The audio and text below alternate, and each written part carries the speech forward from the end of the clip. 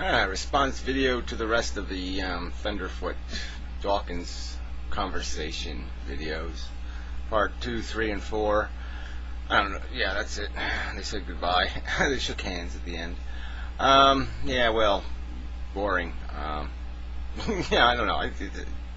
Much to glean out of it? I don't know. Okay, so basically the conversation was about why this religion thing takes hold in humanity, and Thunderf00t was sort of pushing the idea that there's genetic component, that's really made out of something genetic, and yeah, well, we're genetically goddamn selfish, and so we're gonna choose memes that are fit into that, conform to our desire. We're not gonna choose self-images that are unfun. So we want a more fun park to play in. And apparently for many people this religion thing is a fun park. And I'll go back to the last video where I just made the point that it's more about just the tradition thing. And these are old ideas, and people don't let go of old ideas easily. You have to really beat them the fuck out of people. And so we just haven't gotten there yet. But I don't even know if there's any point, because the atheists are just as fucking religious. They believe in the same idea that somehow the universe makes sense, it's functioning properly. Yeah, okay, God could clean up this and that a little bit, but basically it's all working just fine. It's all in balance. The machine is functioning properly. So fuck it. What the fuck good are they? Yeah, so they'll be a little better on the civil rights issues, and but I don't even know if that'll be the end result, because maybe they'll be worse on the eugenics and cloning, and maybe they'll start doing that bell curve crap again or something.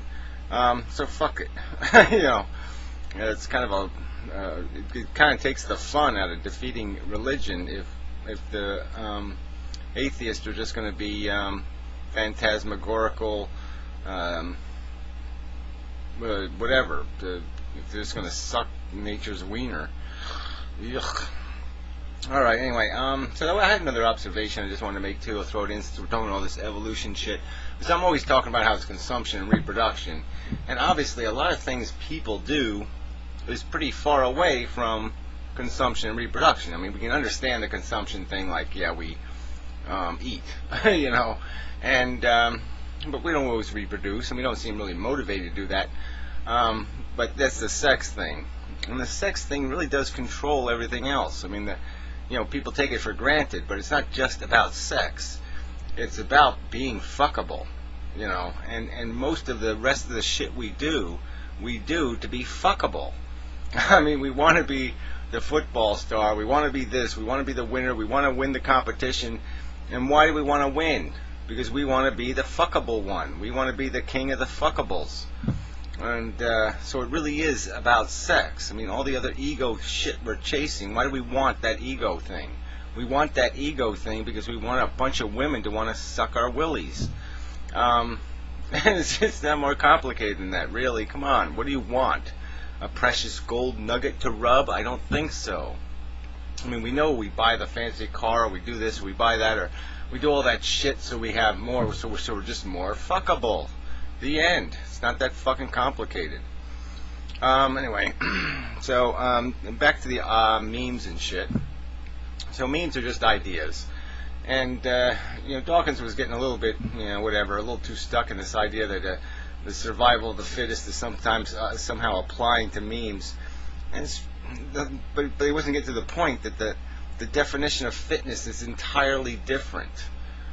Some of this fitness stuff is stuff you just can't undo. Once the genie's out of the bottle, you can't put it back in. You can't undo the intelligence. You can't become dumb again. You can't go back to flat Earth. And so it's like some memes don't die by survival of the fittest or something. They're just replaced by knowledge that can't be disposed of, by some better piece of knowledge, and it's not the same kind of contest, I guess is what I'm trying to say. I mean, it sounds like that sounds like I just described a contest, and I guess my this is all complex stuff, and it's really hard to do on the fly, so sorry, I'm gonna have to think for a minute. Shit. You know. All right. I won't skip it. I'm gonna try again. All right. So memes are these ideas, and the point is that the brain is a filter. It filters ideas based on how reasonable they are, not how functional they are to our individual lives, but just how reasonable they are. I mean, we accept things that we don't like having to accept because it's the damn truth. And so the evidence for evolution is really strong, but it isn't that kind of thing. Like, nobody has the videotape, and so it's just not strong enough yet to wipe out the other dumb memes. But it's like I said, but the competition isn't like this, like ideas are battling for what idea creates the most babies, or what idea does this, or what idea. It's more about what idea wins a rational contest, you know, on the scales. And the problem is as Dawkins kind of put it, is that people are just too stupid to give memes a good fight. I mean, they can't fight in the arena of stupidity and ignorance, and most of the world is really dumb.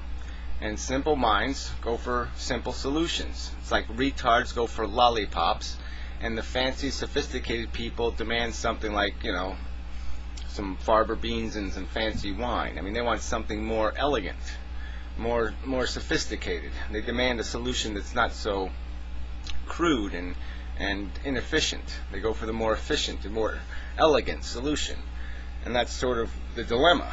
And so, yeah, the stupidity thing is out there. And stupidity is breeding. I mean, that's the bottom line, too, is that, you know, the rules have sort of changed now.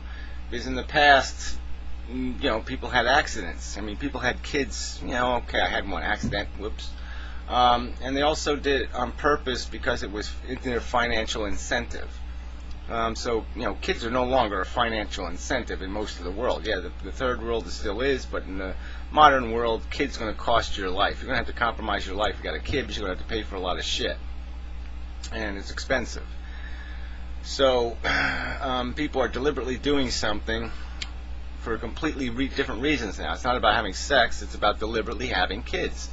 And so the people having kids, and that means the people raising kids, and that means the memes most likely to get stamped into their brains, into a tradition, into something that conditioning that's going to be hard to step out of, something sticky, going to be hard to peel out of their brain.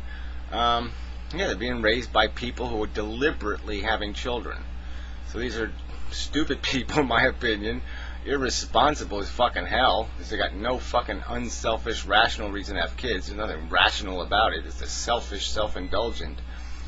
So these are self-indulgent assholes, especially in a world of 7 billion people. It's completely idiotic. And so those are the people breeding. So it's no longer about sex even anymore. It's just about people deliberately deciding to do this I'm going to raise a child thing.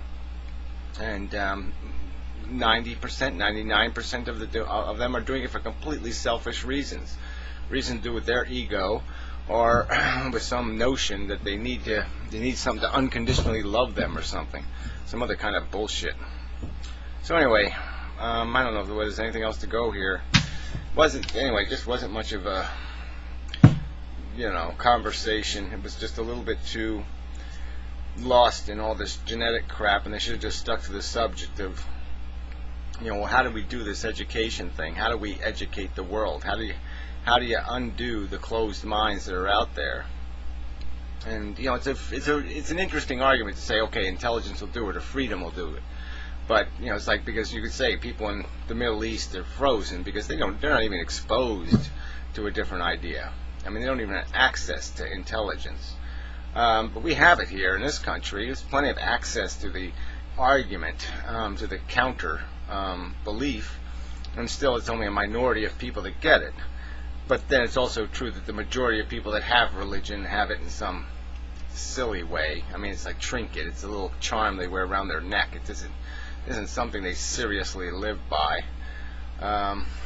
So that's the other factor here, is how much of this religion shit is just some sort of, it's like wearing a patch on your sleeve, you know, USA or something. It's some sort of affiliation, like I'm part of the moral group. You know, I'm one of the good people. I'm not a homo or a swearer. or some kind of other bullshit, whatever it's doing for them.